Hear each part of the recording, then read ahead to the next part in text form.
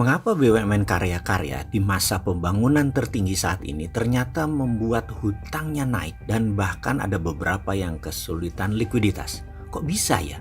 BUMN dimanja tapi merugi. Kita juga sering ingatkan bahwa hanya di negara sosialis komunis BUMN itu jalan. Dan Indonesia kan bukan negara sosialis komunis kan?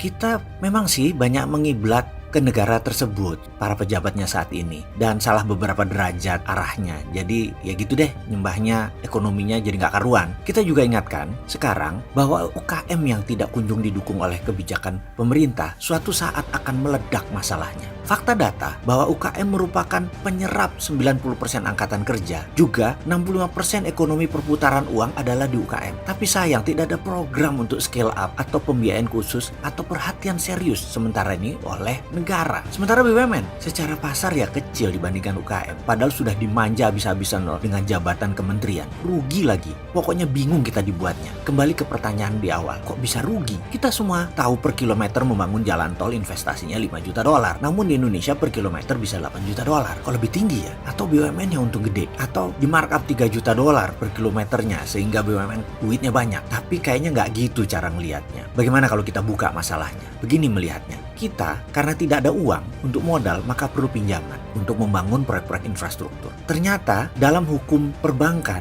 yang bisa dibiayai hanya 70% alias yang 30% kita tetap harus store equity, store modal. Sementara kita tahu ekspansi bisnis atau usaha itu sebaiknya pada saat ekonomi lagi boom, bukan pada saat ekonomi lagi bust. Pertanyaan sederhana, Indonesia saat ini lagi boom atau lagi bust ekonominya? Atau kalau pertanyaan anak-anak kelas SD begini, Indonesia ini ekonominya lagi tekor atau surplus? Kalau jawabannya lagi surplus itu boom, kalau jawabannya lagi tekor ya bust. Jadi kita tahu semua bahwa kita saat ini ekonominya lagi tekor, tapi kita ingin membangun, ya terpaksa disulap. Bagaimana nyulapnya? Yaitu modalnya harus 100% pinjaman. Bagaimana supaya dapat pinjaman 100%? Ya proyek itu dinaikkan 50-100% supaya 70%-nya merupakan 100% dari nilai proyek tersebut dan pinjamnya jadi 100%. Mulai paham? Efeknya apa? Hutang BUMN besarnya haram jadah. Sementara proyeknya kalau terlalu dipaksakan untuk membayar hutang pinjaman 100%, ya sudah nggak pasti masuk. Sementara proyek terlalu dipaksakan untuk membayar hutang pinjaman 100%.